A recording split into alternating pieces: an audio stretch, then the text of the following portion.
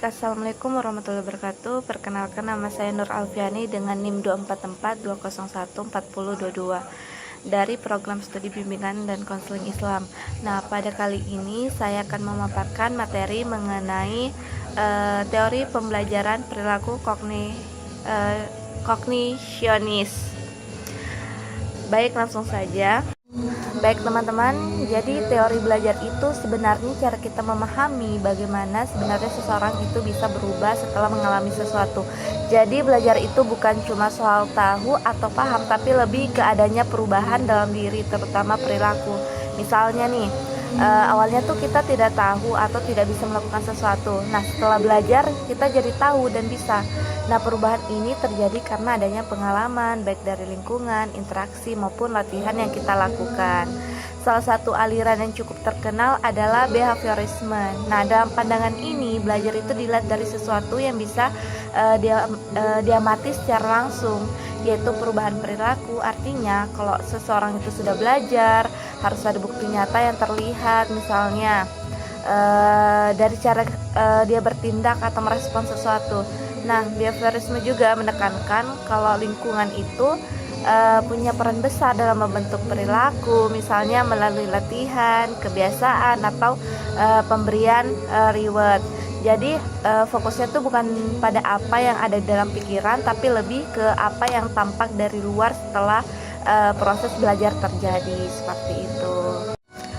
Nah, selanjutnya teori behaviorisme menjelaskan kalau proses belajar itu bisa dilihat dari perubahan perilaku yang nyata dan bisa diamati secara langsung.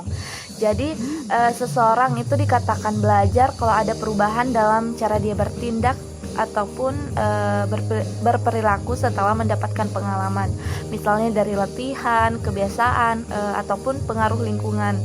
Nah, dalam pandangan ini yang paling penting itu bukan apa yang dipikirkan di dalam diri seseorang, tetapi bagaimana perilakunya berubah setelah proses belajar terjadi. Nah, dalam aliran behaviorisme ini ada beberapa tokoh penting yang punya peran besar dalam mengembangkan teori ini.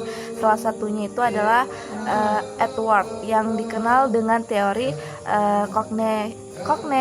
kognisionis, yang menjelaskan bahwa belajar itu terjadi melalui hubungan antara stimulus dan respon. Kemudian ada Ivan Pavlov yang terkenal dengan eksperimen classical conditioning, di mana ia menunjukkan bahwa perilaku itu bisa dibentuk melalui kebiasaan dan asosiasi.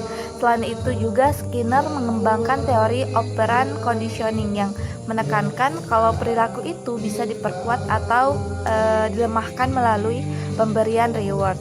Jadi dari ketiga tokoh ini memberikan pemahaman dalam lingkungan dan pengalaman sangat berpengaruh dalam membentuk perilaku seseorang dalam proses belajar.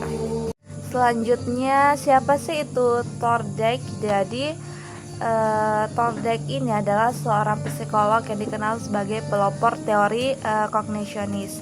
Nah, dalam aliran behaviorisme, jadi beliau ini berperan besar dalam menjelaskan bagaimana proses belajar terjadi melalui hubungan antara stimulus dan respon. Jadi menurut beliau ketika seseorang menerima suatu rangsangan, maka ia akan memberikan respon tertentu, dan dari hubungan inilah proses belajar itu terbentuk. Thorndike juga mengembangkan teorinya melalui berbagai eksperimen, salah satunya itu menggunakan hewan seperti kucing untuk melihat bagaimana mereka belajar menyelesaikan masalah. Nah, dari eksperimen tersebut ia menemukan kalau belajar itu terjadi secara bertahap melalui proses trial and error, atau bisa disebut coba-coba. Nah, sampai akhirnya menemukan respon yang tepat. Jika respon tersebut menghasilkan hasil yang memuaskan, maka hubungan antara stimulus dan respon itu akan semakin kuat. Jadi intinya dari pemikiran beliau ini adalah bahwa belajar itu terjadi karena adanya kebiasaan yang terbentuk dari pengalaman, terutama ketika suatu tindakan memberikan hasil yang menyenangkan atau menguntungkan. Selanjutnya, pengertian kognisionis. Nah, ada pengertiannya. Jadi kognisionis ini adalah teori belajar yang menjelaskan bahwa proses belajar itu terjadi karena terbentuknya hubungan antara stimulus dan respon. Artinya, ketika seseorang ini menerima suatu rangsangan dari lingkungan, ia akan memberikan respon tertentu, dan jika hal itu terjadi berulang-ulang, maka hubungan antar keduanya ini akan semakin kuat. Teori ini dikembangkan oleh Edward yang menekankan bahwa belajar itu tidak terjadi secara tiba-tiba, tetapi melalui proses pengalaman. Nah, semakin sering seseorang mengalami dan merespons suatu situasi, maka semakin terbentuk kebiasaan dalam dirinya. Dengan kata lain, kognisionis ini melihat belajar itu sebagai proses pembiasaan, di mana individu itu belajar dari pengalaman yang terus diulang sehingga akhirnya terbentuk pola perilaku tertentu. Nah, teman-teman, dalam teori kognisionis ini yang dikembangkan oleh Edward, ada 3 konsep utama yang menjelaskan bagaimana proses belajar terjadi.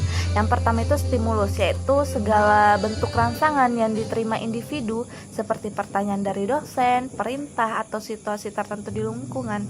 Dan yang kedua ada respon, yaitu reaksi atau jawaban yang diberikan seseorang terhadap rangsangan tersebut. Misalnya menjawab pertanyaan atau melakukan suatu tindakan.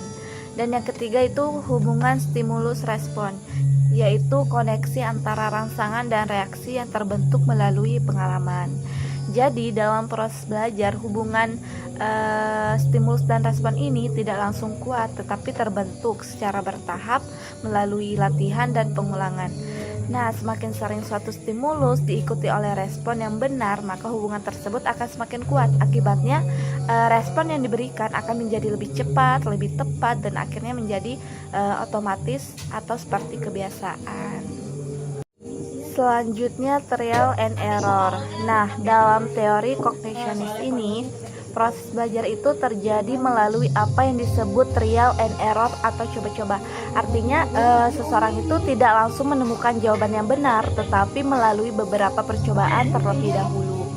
Saat seseorang memberikan respon yang salah terhadap suatu stimulus, maka ia akan mencoba lagi dan memperbaiki kesalahannya. Sebaliknya, jika respon yang diberikan benar dan menghasilkan hasil yang memuaskan, maka respon tersebut cenderung akan diulang di kemudian hari. Nah, semakin sering proses ini terjadi, maka hubungan antara stimulus dan respon akan semakin kuat. Akibatnya, individu akan semakin cepat dan tepat dalam memberikan respon. Bahkan mungkin bisa menjadi otomatis karena sudah terbiasa melalui latihan yang berulang. Selanjutnya, eksperimen Thorndike. Jadi, eksperimen yang dilakukan oleh beliau ini menggunakan seekor kucing yang dimasukkan ke dalam puzzle box atau kotak percobaan untuk melihat bagaimana proses belajar itu terjadi. Nah, di dalam kotak tersebut, kucing itu berusaha keluar dengan berbagai cara seperti mencakar, mendorong, atau bergerak ke sana kemari. Padahal awalnya banyak percobaan yang gagal karena kucing itu belum tahu cara yang tepat untuk keluar. Namun setelah beberapa kali mencoba trial and error, kucing itu secara tidak sengaja menemukan cara yang benar, misalnya dengan menekan tuas atau menarik bagian tertentu yang membuka pintu. Setelah berhasil pada percobaan berikutnya, kucing akan lebih cepat keluar karena sudah belajar dari pengalaman sebelumnya. Hal ini menunjukkan kalau belajar itu terjadi melalui proses coba-coba dan respon yang benar akan semakin diperkuat seiring dengan pengulangan. Selanjutnya, kelebihan dan kekurangan. Jadi dalam teori cognition ini ada kelebihan dan kekurangannya. Kelebihan dari teori ini yaitu teori ini tergolong sudah mudah dipahami karena konsepnya sederhana, yaitu hanya berfokus pada hubungan antara stimulus dan respon. Selain itu, teori ini juga sangat mudah diterapkan dalam dunia pendidikan, misalnya dalam metode latihan, pembiasaan, atau pemberian soal berulang agar siswa terbiasa. Teori ini juga membantu menjelaskan proses belajar yang paling dasar, terutama bagaimana seseorang bisa belajar dari kebiasaan dan pengalaman yang terus diulang. Adapun kekurangan dari teori yaitu, namun teori ini juga punya keterbatasan. Salah satunya adalah terlalu fokus pada perilaku yang tampak saja, sehingga kurang memperhatikan apa yang terjadi di dalam pikiran atau proses mental seperti pemahaman, berpikir atau perasaan. Selain itu, teori ini juga tidak banyak menjelaskan tentang emosi. Padahal emosi juga kan berpengaruh besar dalam proses belajar seseorang. Nah, kesimpulannya, jadi belajar itu merupakan proses terbentuknya hubungan antara stimulus dan respon yang terjadi melalui trial and error atau coba-coba. Nah, dalam proses ini individu akan mencoba berbagai cara untuk mencapai tujuan, di mana respon yang salah akan diperbaiki, sedangkan respon yang benar akan diulang dan diperkuat. Semakin sering suatu respon dilakukan dan memberikan hasil yang menyenangkan, maka hubungan antara stimulus dan respon itu akan semakin kuat. Mungkin itu saja sedikit penjelasan dari saya, kurang lebihnya mohon dimaafkan. Saya akhiri. Assalamualaikum warahmatullahi wabarakatuh.